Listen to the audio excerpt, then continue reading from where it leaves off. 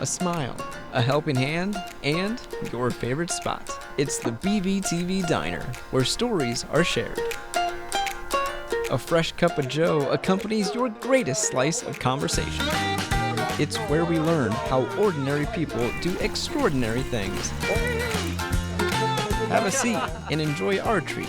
It's the BVTV Diner. Welcome to the BVTV Diner, a place where conversations reveal how ordinary people do extraordinary things. To kick off this show, we wanted to start with a bang, and who better to capture your attention than the king of rock and roll? That's right, a certain individual who happened to know Elvis Presley quite well called Pocahontas County home as a young boy. Ron Strauss grew up just down the road in Fonda and has recently earned his fandom after emerging from the shadows as the pilot for Elvis Presley. Although a humble man, the natural journalistic eye and ear of author Sally Hoedel led to a meeting of coincidence. In her quest to discover and articulate a historically accurate biography of Elvis's life, with her book Destined to Die Young, they met in Michigan, where Ron offered valuable first-hand knowledge of the man Elvis was. However, after meeting Ron, Sally quickly recognized the unique journey of his life, ultimately leading to the publishing of his story, Destined to Fly, the story of pilot Ron Strauss.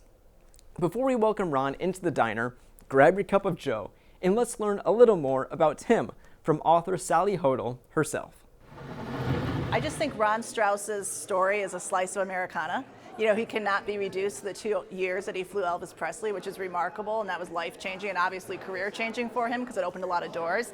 But from his roots here in Fonda, Iowa, where his parents and his grandparents were such an influence, those small-town roots, but then that teenage desire to get out of that small town, which took him around the world, but he really took those values, you know, he took Fonda, Iowa with him.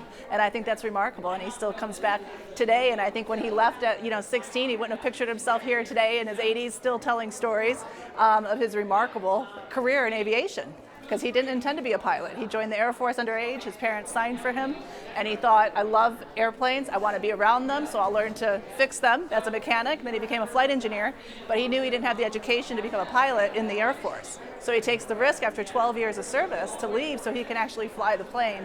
And with a lot of hard work and determination, it worked out for him. But it really is a slice of Americana. And I think it's a story we can all learn from. You know, that he had to work harder than anybody else and that he had to take bigger risks than anybody else. But he made it happen. And Ron Strauss, he's just a good guy. And, those small town roots really followed him everywhere he went around the world. And the same is true for Elvis. I think Elvis is still so loved around the world because he's still that guy from Tupelo, Mississippi that people could relate to. And they both overcame so much. And I think people love that American dream kind of story, but it's not just a romanticized idea. It was hard work, and it was determination, and it was a lot of risk. And I think those are admirable things in both Elvis and Ron. Well, Ron Strauss, it's a pleasure to have you here with us today, and I'm excited to talk to you a little bit. So now everyone knows that you were the pilot for the king of rock and roll, Elvis Presley. Yeah. But I first want to start with learning a little bit more about you. So how do you go from small town Iowa to being the pilot for the Elvis Presley? Well, that's a good question. I knew the broker, and that's how come I got hired with Elvis. And I had a lot of Convair time. Yeah. Now talking about that Con Air time and stuff, let's kind of talk about your flight journey, your journey as a pilot and stuff. So going all the way back, how did you kind of first catch the flying bug? Well, I flew, the first airplane I flew was a Stinson 108 out of Sac City Airport back in the 50s sometime. Yeah. So then with that, we have this book here too, Destined to Fly, and I read a little bit about it. And in there it mentions how your dad took you out there for some flights and stuff. Could you want to talk about that a little bit, what that meant to you as a little boy? Well, I flew out of a grass strip in Sac City, and after I finished flying, which my mother was very unhappy about, and then I thought, well, that's what I'll do the rest of my life, and that's what I did. Yeah. Now, talking about the rest of your life here, once you were young, you decided to enter the Air Force, and you said we've been talking a little bit. You mentioned how your 4 other brothers or four of your brothers went into the Air Force as well. So kind of how did you make that decision to go there? Well, I was 17 years old, and my parents had to sign for me, and I wanted to join the Air Force. Yeah, yeah, kind of following in your brother's footsteps and everything Yeah. too. But kind of your Air Force career, what did that look like a little bit? Kind of first starting out, what was your job there that you had? Well, I was a crew chief on the B-47, and then in the mid 60s, they asked for volunteers for the C-141s, the A model, to fly, and I did, and I went to flight engineer school, and then I flew out of California to Vietnam. Wow, wow. So definitely a lot of experience there and everything. So how many years did you serve? 12 years. Wow. So a nice long career out there. But then what was it kind of like coming back to the States trying to continue your flying career then? Well, I got discharged in January of 1970, and then I took the GI Bill to finish my flying, and which I did. Yeah, yeah. And then kind of continuing your flying here, you mentioned you were in with Conair then, within the airliners a little bit. Well, Comair. Uh, well, I'm sorry, it was the Corps of Air, and I got hired with Modern Air out of Berlin, Germany, flying the Convair 990. Wow, yeah. And then kind of that Conair 990 and stuff kind of leads right into some of the experiences here with Elvis then.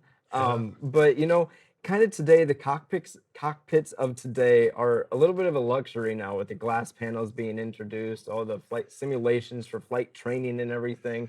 I'm sure it has to be kind of a big difference from what you've experienced. So kind of now the little bit that you know about today's modern training and stuff of pilots, what do you think is the biggest difference from what you experienced?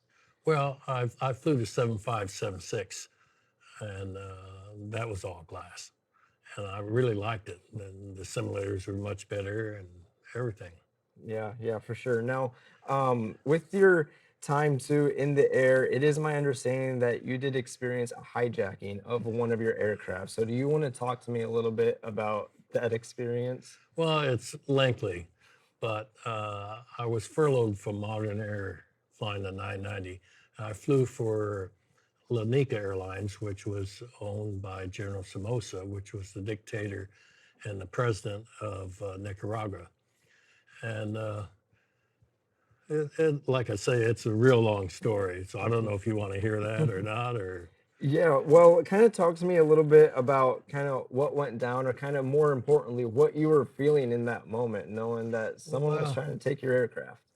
well, they they, they had a Christmas party in Managua in December of '74, and the hijackers or the prisoners, they went in and they killed two guards, and then Mike Marciano, which was the chief pilot of Managua or Lanica, he didn't want to go because he knew if he went to Cuba, he would be killed. And so they wanted all foreigners to fly the airplane, which we did. And there was just three of us that we volunteered to fly the airplane. And we went to Cuba. Wow. Definitely a kind of a crazy experience there then, It knowing was. that someone was trying to take your plane and stuff. So then following that, what was kind of your life or your flying career like immediately after that event? Did that affect you at all? Well, yes, it did. Uh, I was flying for Lanica as a pilot, and I was flying for him as a flight engineer. And then they wanted to hire me, and I did. Yeah. Now, I kind of want to jump into probably the most asked question you receive. We kind of started off with this a little bit, but how did you become the pilot for Elvis Presley? Well, it's a long story, but I knew the broker, and I was working in Miami International on a Convair 880, and I can't remember which holiday it was, but he said, hey, why are you working the holidays? And I says, well, tomorrow we're flying the airplane to Vegas to do junkets, and it's got to be fixed. So we did fix it, and I got to know the broker, and then he said, let me ask you something. Would you be willing to fly Elvis Presley? And I said, well, sure. And he says, we'll get a crew because I'm going to sell him an airplane. And like everybody's going to sell Elvis an airplane. So I didn't pay too much attention to him. And he called me and he says, well, tomorrow we're going for an interview with the Presley group. And would you get the crew, give me the names? And I said, well, I don't know. It's been 3 or 4 months. I said, I don't know if they're still available.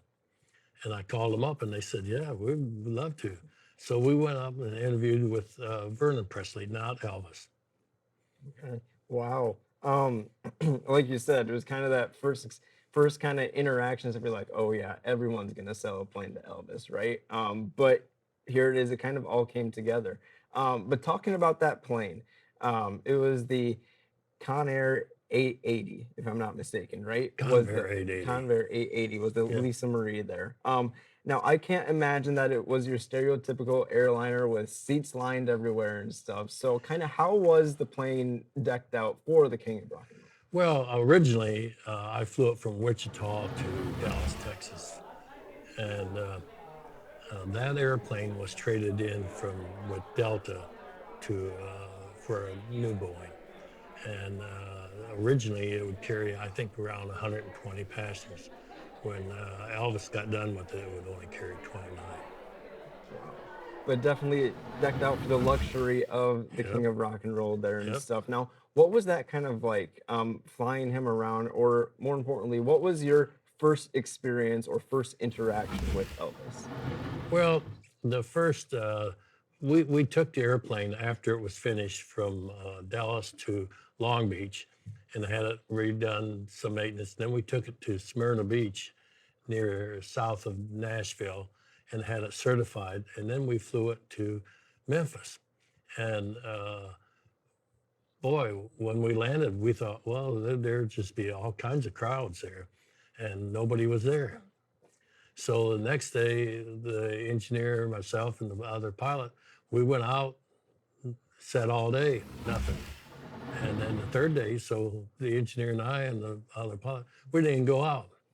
And we got a call from one of the security guards and says Elvis wants to view the airplane and meet the crew, because our interview only was with his father and not with Elvis. So when I first met him, it was pretty neat because he was sitting on one of the chairs backs, and he gave me this big smile and he says, I guess you know who I am. And I says, yes, sir, Mr. Presley. He says, no, none of this sir stuff, none of this Mr. Presley. He says, look, may I call you Ron? And I said, sure. And he says, Elvis. And that's the way it was from then on in. Oh, that is so awesome. That definitely had to have been a very heartwarming moment too, Yeah. knowing that this big famous figure was like, no, to you, I'm just Elvis and stuff, and you're Ron to me and stuff. Yeah. Building that personal connection right away. But then once you get in the air with him and everything, what did a typical week or even month of flying look like? I'm sure you went all over the country. Well, we did. We went on concert for 2 weeks at a time. And then 2 weeks he had off. And then 2 weeks back on the conference or constant, whatever. And then, but we were on call 24 hours a day, 7 days a week. And, yeah. So anytime he had anything come up or wanted to go anywhere, you had to be ready to hop in and get up in the Yeah. air. Well, we spent a lot of times in Palm Springs, California, because he owned a house out there.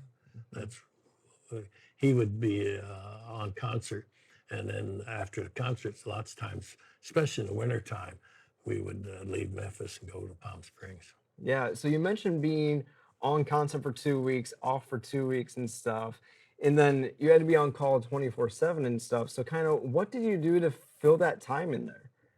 Well, I played tennis a lot with the engineer, an awful lot in Palm Springs. Yeah.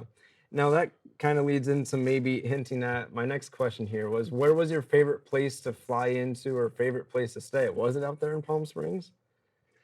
I don't know. We flew so many different places. Mhm. I flew the airplane into Des Moines, and he went to Ames by bus. Then we flew up from there to Lincoln, or to Omaha, then Lincoln, and then Rapid Springs, South Dakota. Yeah.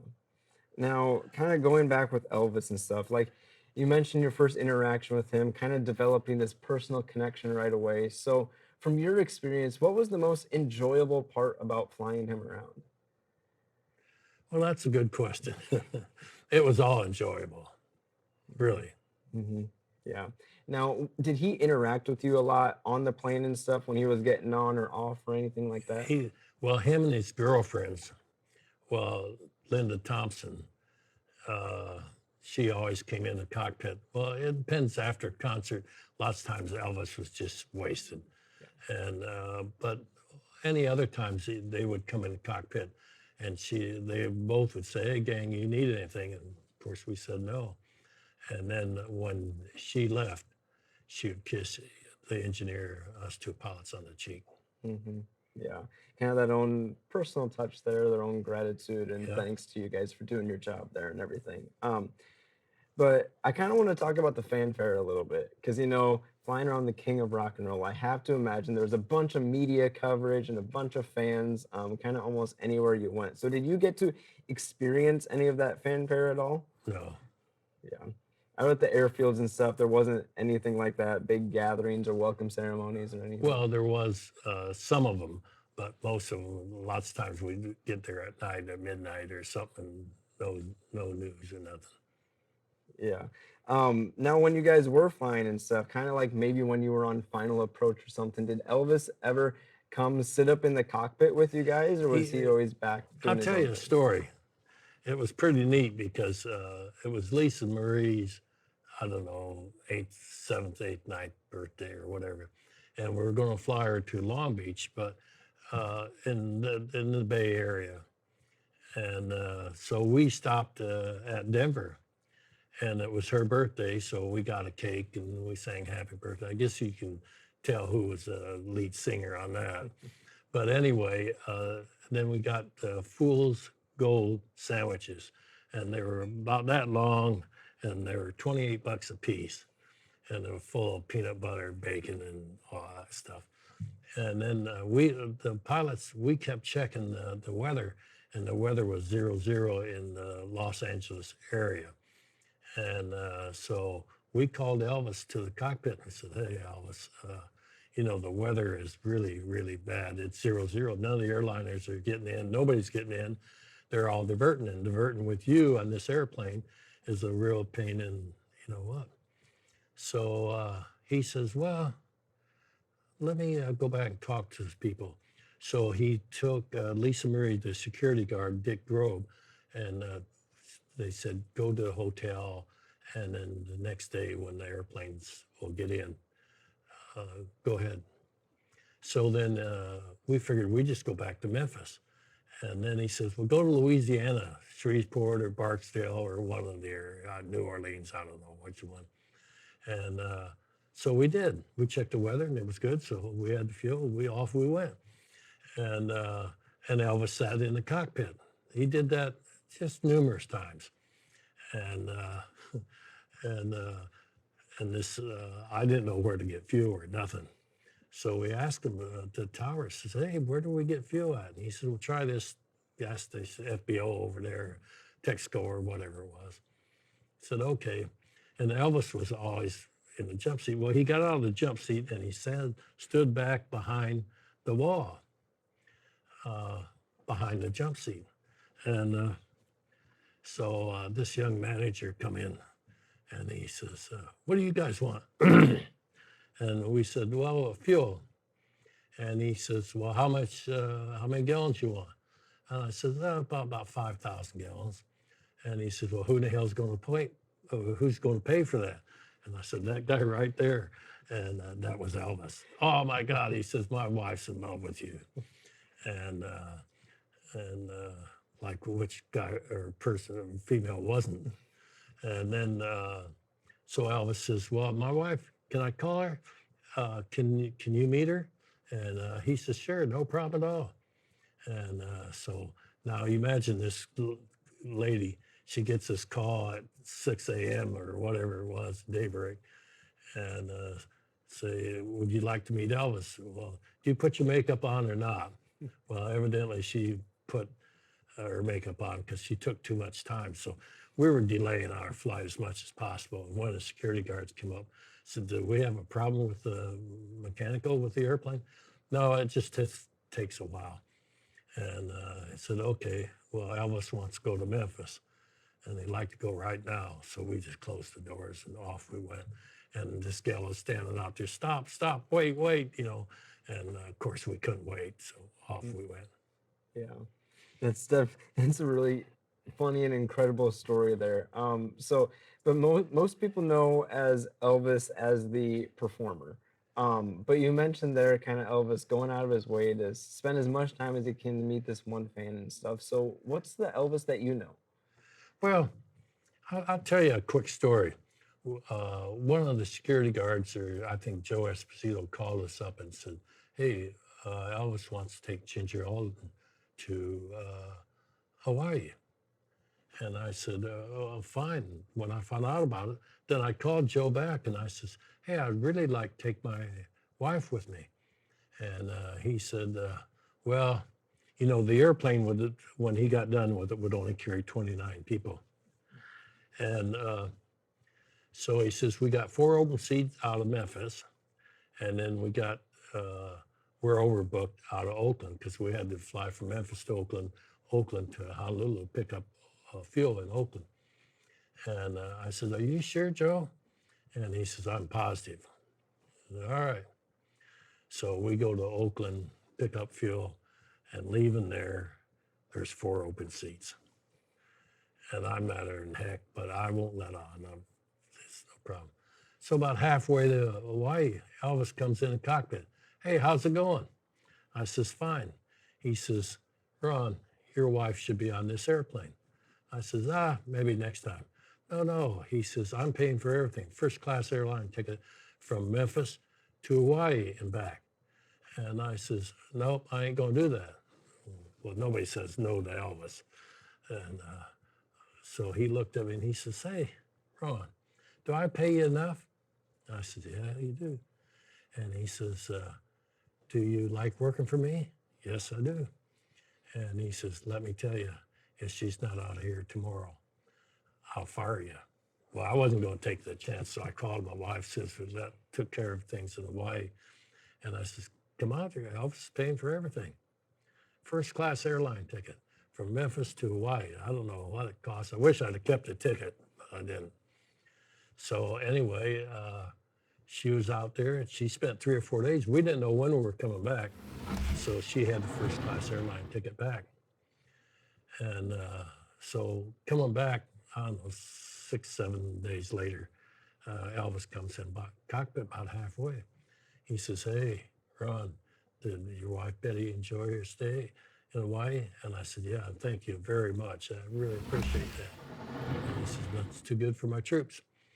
So then we landed back at Memphis. And the next day I took, because I had a stack of bills that had to be paid. And I never dealt with Elvis on finances. It was always his father. And I authorized a bunch of the bills. And then I had this airline ticket. And I sort of sheepish give it to Vernon. He says, whoever the gal was, Nancy, I think was her name, said, "Just pay him." And I said, "But Mr. Presley, don't you want to look at it?" And he says, "No." He says, "I talked to Elvis last night and he explained everything to me. Just pay him." And gave me a check and that was it. Wow. So he was generous, really Yeah. generous. Yeah, for sure. Now, was that your favorite thing about Elvis? Was just how kind of like humble or generous he was, or what kind of was your favorite thing about him? Well, he was generous. Like this Corvette, I still have it. And even though I bought it, I think January, February of '76, still have it. And he was just, I bought it with the tips he gave me.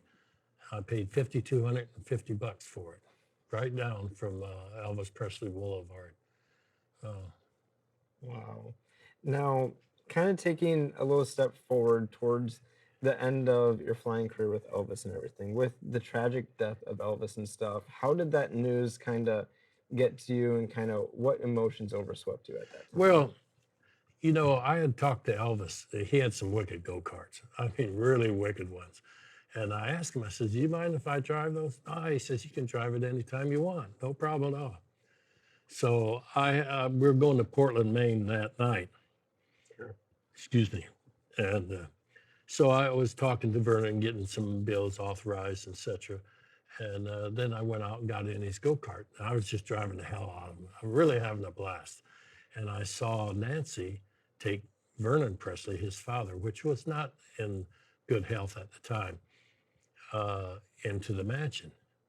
And so I thought, well, it's getting a little bit late. I better go home and get some sleep because you never know with Elvis.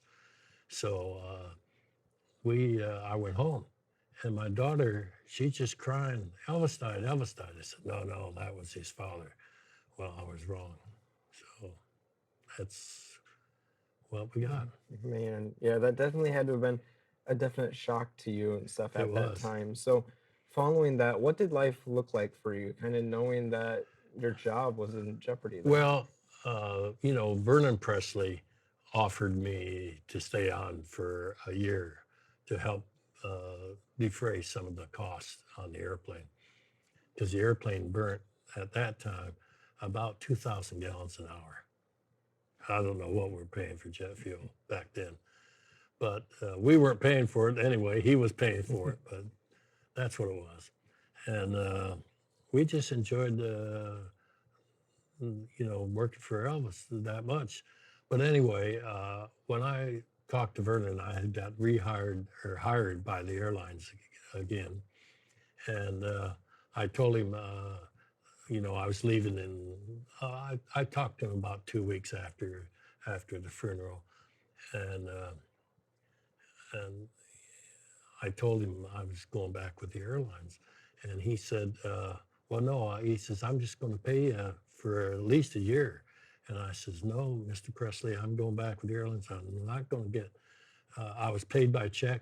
I said, if I get the check, I'm just going to tear it up. I don't want it. And he says, well, I appreciate that, but we'd like to keep you. I said, no, I'm going back with the airline, because I knew that job was basically over. Yeah, yep. Now, the rest of your career then, excuse me, how long did it take before you closed out your career there with the airlines then? I retired in 2003 or 4. Okay. Yeah, so a number of years and stuff. So now, one of my last questions here is, do you still fly? Are you still No. up in the air? No, I quit flying in 2012. I owned 5 little airplanes, and the last one I sold, I caught myself making small mistakes, and I wondered if I'm making small mistakes, maybe I'm missing some of the bigger ones, so I quit flying. Yeah. Now, And my son flies for the airline, so I can fly little airplanes with him anytime I want. yeah, for sure. Now, looking back on your whole life story here, your whole life journey, coming from small town Fonda, Iowa and stuff, all the way up to flying the king of rock and roll, wrapping up your career in the air and stuff. Kind of what emotions overcome you when you look back thinking about you came from this small town, you went and you achieved all these big things? I was lucky, Yeah.